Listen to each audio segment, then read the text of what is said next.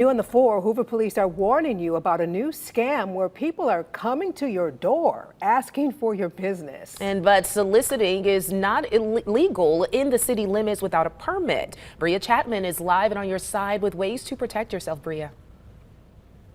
That's right, Brittany and Sarah. So before you go knocking on someone's door in Hoover, you must have a permit. And if they do show up at your door without one, you can call police. Hoover Police say this is an issue they've been seeing more frequently this summer, with larger communication companies leaving their employees in neighborhoods to go door to door. And in some cases, the business nor the individuals have a license with the city. And Hoover's ordinance says solicitors and peddlers must have one to ask for any sales at a residential property. Now, the people and the businesses must complete the application process by completing a full criminal background check, and if approved, you must wear a badge, and it has to be visible at all times. You can only be in those neighborhoods from Monday through Saturday from 9 a.m. until 6 o'clock. Hoover Police say this is their safety is their top priority for all their neighbors.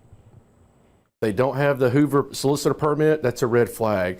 Because who is this person? Nobody knows. And just because somebody shows up with a smile and they have a nice demeanor, and that, again, they've got a clipboard and they look official, and here I am to sell you a service or to upgrade your service.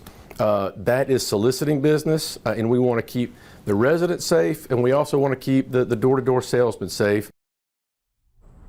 Yeah, now if you're a business or an employee and you choose not to get this permit, police say that you will receive a non-traffic ticket and you could end up at court. Now, to take a look at what you need to look for when people do come to your door, we'll have that full ordinance posted on our WBRC News app.